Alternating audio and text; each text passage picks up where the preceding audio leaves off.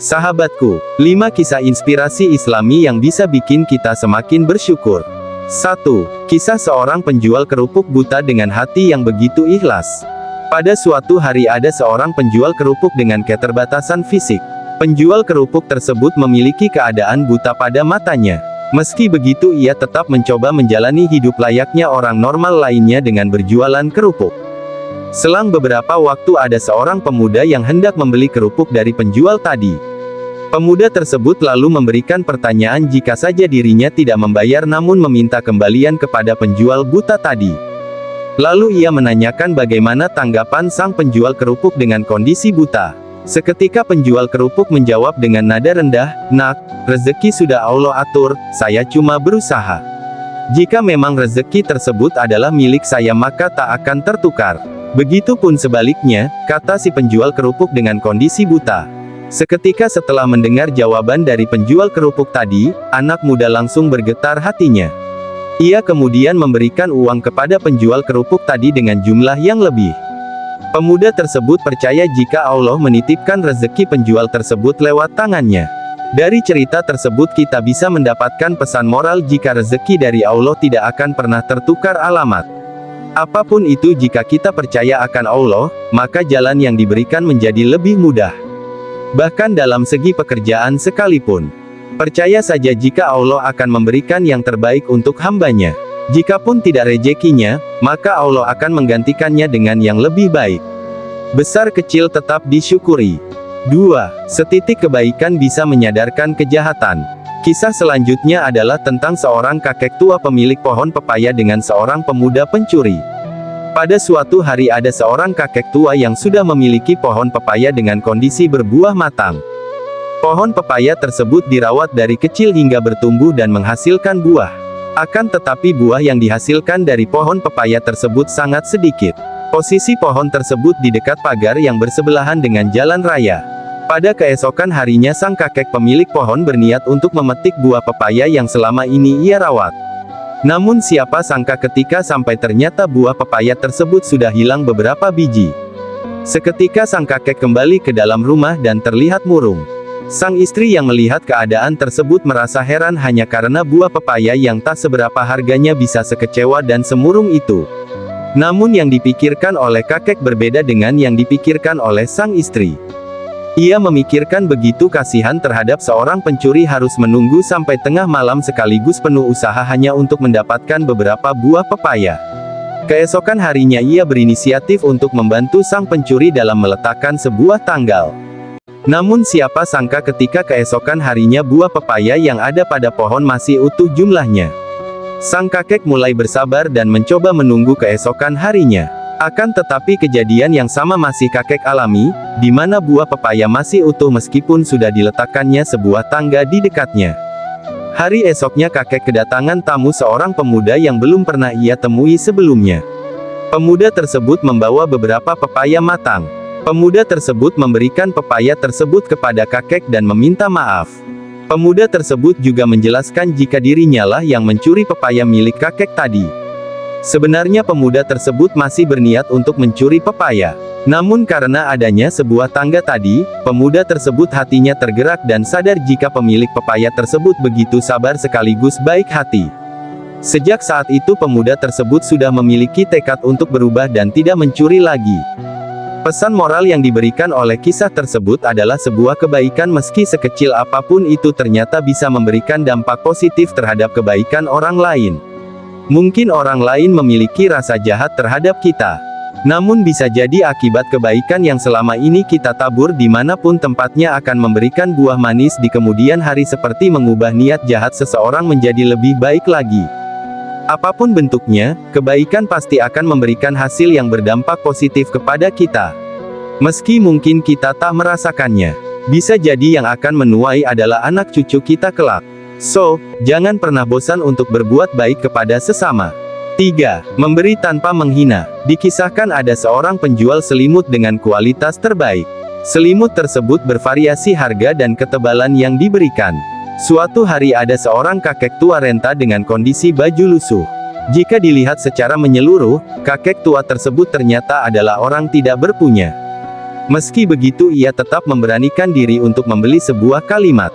Ketika kakek tua tersebut berada di dalam toko, kebanyakan para pengunjung melihatnya dengan sinis dan tentunya penuh akan rasa tak suka.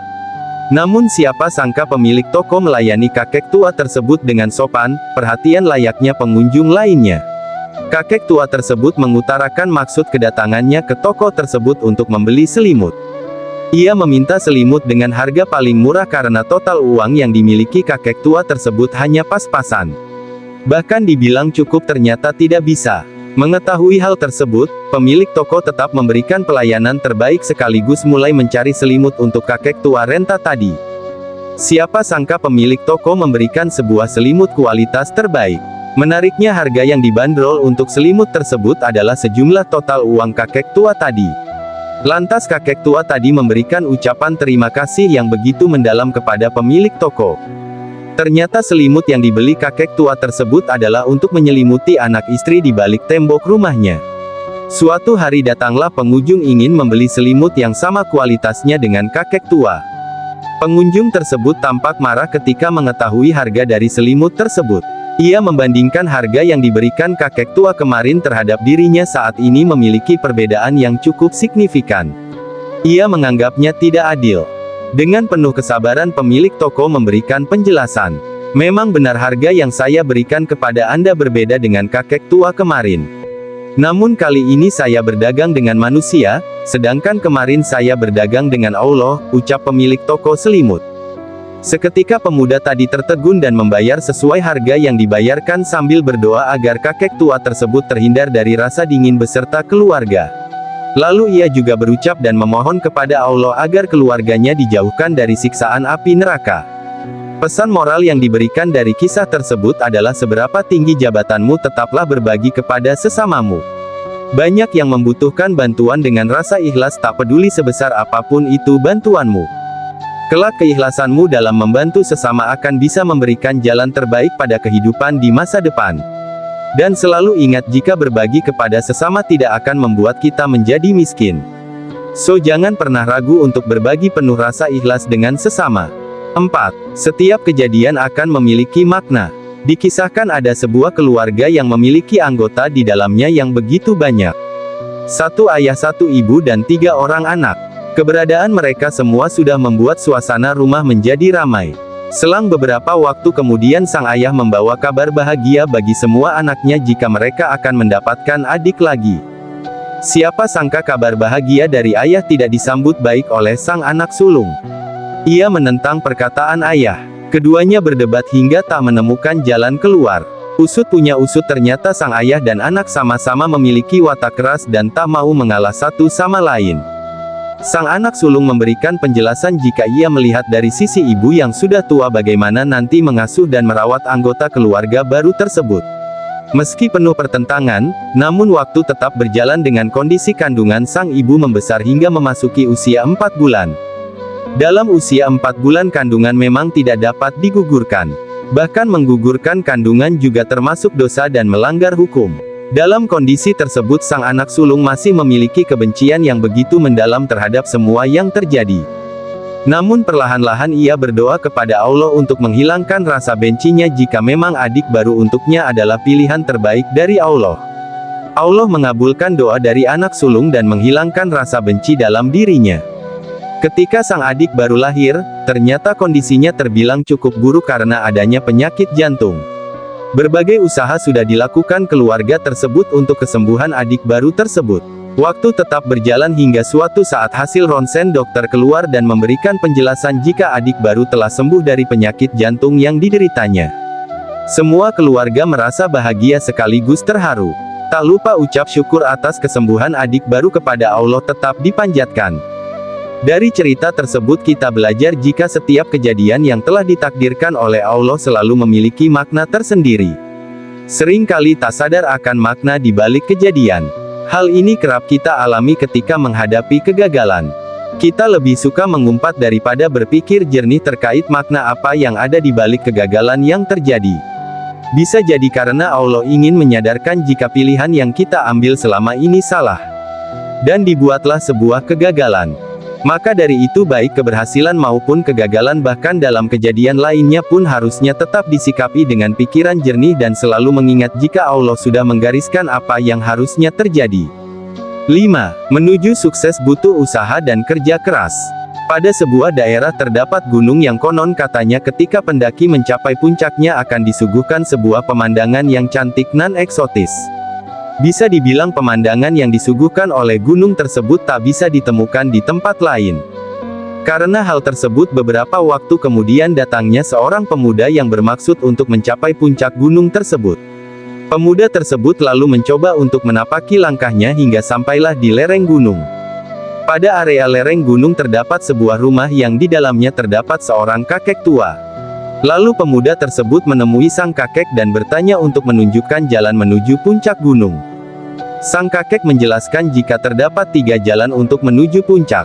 Semua jalan bisa dilalui, namun tetap saja setiap pendaki harus memilih jalan untuk menuju ke puncak. Seketika pemuda memilih jalan yang sebelah kiri. Namun sebelum langkah pertama diambil pemuda tersebut, sang kakek menjelaskan jika pada jalan sebelah kiri terdapat banyak kerikil dan rintangan. Seakan penuh keberanian dan percaya diri, pemuda tadi mulai menapaki langkah demi langkah.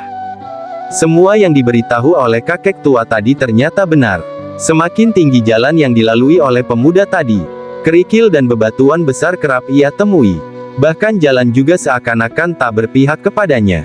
Selanjutnya ia memutuskan untuk turun dan kembali ke kakek tua. Ia menjelaskan semua kejadian yang dialaminya. Lalu pemuda tadi ingin mencoba menggunakan jalan sebelah kanan. Sang kakek tua menjelaskan kembali jika pada jalan kanan penuh duri sambil tersenyum manis. Pemuda tadi tetap melangkah, sekali lagi omongan kakek tua tadi benar kembali. Pemuda tadi mendapatkan banyak rintangan. Lalu ia kembali lagi dan meminta arahan kepada sang kakek, sebenarnya jalan yang aman dan tak banyak rintangan itu yang mana? Sang kakek menjawab dengan nada serius. Nak, untuk menuju puncak dan mendapatkan pemandangan yang indah memang diperlukan usaha dan kegigihan. Semua jalan yang kamu lewati tidak ada yang pasti kemudahannya. Bahkan mungkin jalan buntu juga akan kamu temui, ucap kakek tua seperti memberikan sebuah nasihat. Dari apa yang diucapkan oleh sang kakek tua membuat pemuda tersebut paham apa yang dimaksud dan bertekad untuk melanjutkan perjalanan menuju puncak apapun itu rintangannya. Dari kisah tersebut kita bisa paham jika untuk menuju sukses atau tempat tertinggi dibutuhkan kerja keras dan keberanian. Selain itu doa dan berserah diri kepada Allah juga sangat penting sekali. Sebab ketika kita berdoa dan berusaha, maka jalan akan dibukakan oleh Allah. Sesulit apapun menurut manusia, bagi Allah adalah sebuah kemudahan untuk mengubahnya menjadi jalan yang tak berliku. Semoga bermanfaat.